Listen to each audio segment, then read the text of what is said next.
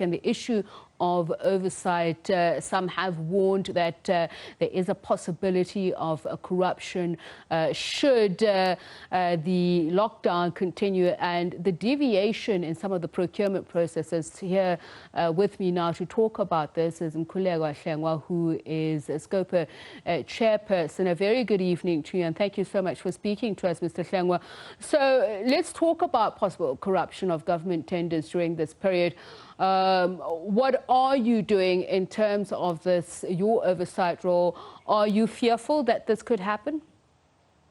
Well, thank you so much, Chairperson. Good evening to you and the listeners. Well, at the outset, we are concerned because there has been a trend which has, developed in the past. You look at the funerals of former prominent South Africans who procure processes were not actually, adhered to. And of course, we are now in uncharted waters. The national state of disaster has been declared, which means government departments will be spending on the basis of deviations, expansions, and diversions, which are all, of course, actually provided for in law. However, at the same time, this does short-circuit the processes of transparency.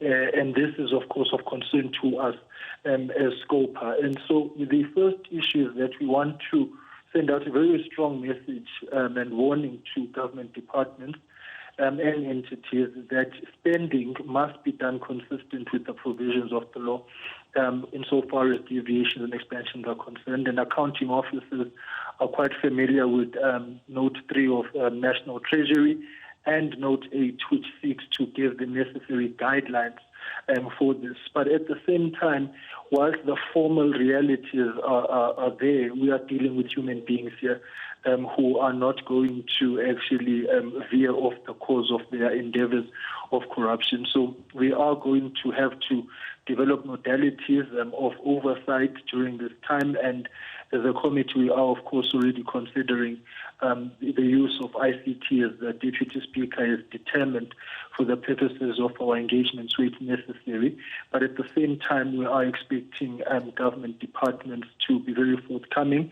But at the end of it all, we are going to be dealing with this matter probably more easily and in a better sense once this whole pandemic issue has subsided and we have been able to see exactly the trends which have emerged. So we are in uncharted waters, but at the same time, we will be keeping a close eye on that expenditure. So I want to talk about that. As you say, public trust is already low given what we've seen over the past couple of years, and especially during emergency periods such as this.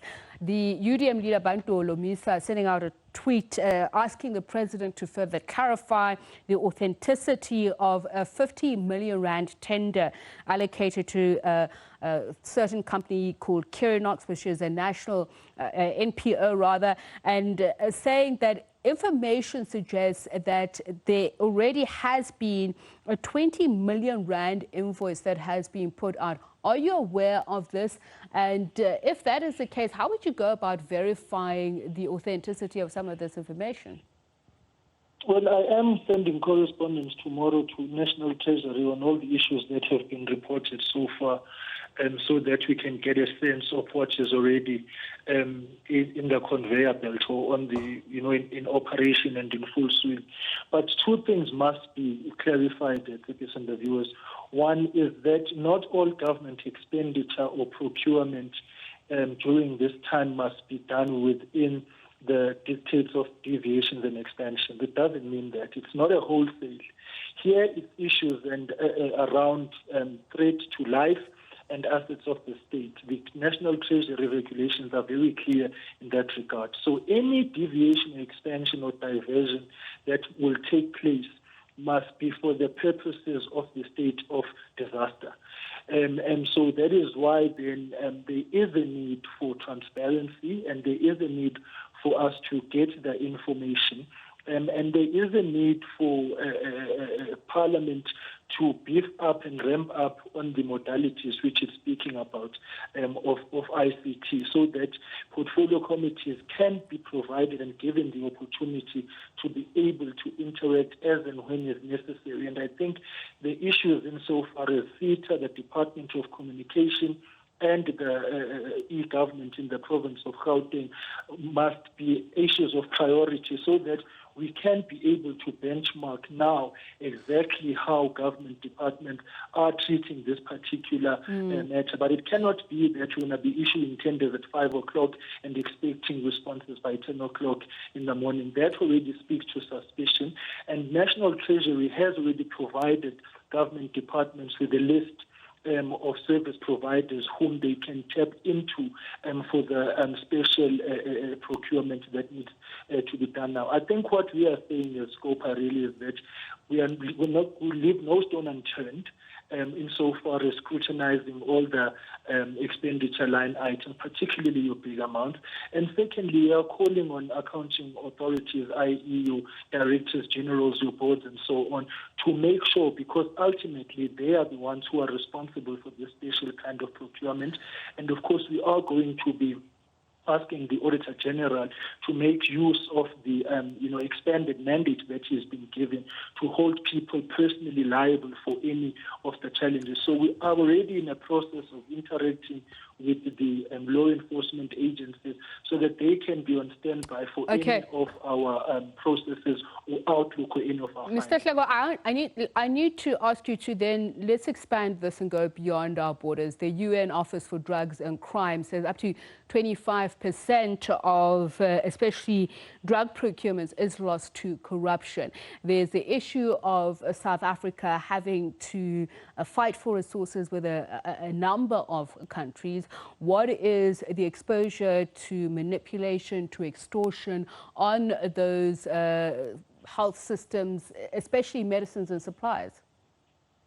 Well, National Treasury, in identifying the service providers I was referring to, has also given a price determination to say that these are the standard prices upon which they will be expecting government departments and entities to operate in, with, of course, a 10% variation both ways, higher or lower. So already that begins the containment of cost escalation and manipulation of the procurement, because these are, I can say, quote-unquote, pre-approved service providers. And so the tightening of the space by National Treasury is a welcome move, but it does not eliminate the threat and risk of people wanting to further maneuver within the system for this kind of behavior that we are warning about.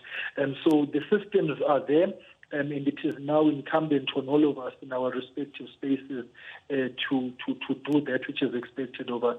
That's why we're making a clarion call to say, let us not, as a country, take an advantage adversely of the situation that we are currently in. Already the economy is not doing well. We're being downgraded left, right, and center. And so there is a need for a patriotic outlook and an honesty. But we know that that appeal will, of course, in certain quarters fall on deaf ears. And so our commitment and our responsibility of SCOPA is to make sure that we scrutinize every single line item expenditure and make sure that there are successful prosecutions and consequence management should those need to happen. We are concerned about this because the exposure is there, but at the same time we understand that this is a necessary operation given the challenge. I think the final point to make is we are operating, obviously, on the budget that was passed by Parliament on the 19th of March. And that budget was not, of course, a corona responsive budget. And so the extent of the expansions and deviations and diversions is going to be huge. And by the looks of things, the amendments will only happen with the midterm budget statement in October. So in between now and then, we need to tighten our operations. But a warning is going out. Don't do the wrong things because we will come after you. All right. Thank you very much for speaking to us. Chairperson of Parliament's Standing Committee on Public Accounts, Mkhuleko Hlengwa. Also echoing what the WHO said in its briefing earlier on, it did speak about the fact that many countries are under lockdown and it's having massive impact just in terms of its economic fortunes, especially the developing countries, emphasizing that continent like Africa does need support in terms of its resources, but also saying that African countries must come up with sustainable measures in order to beat the coronavirus.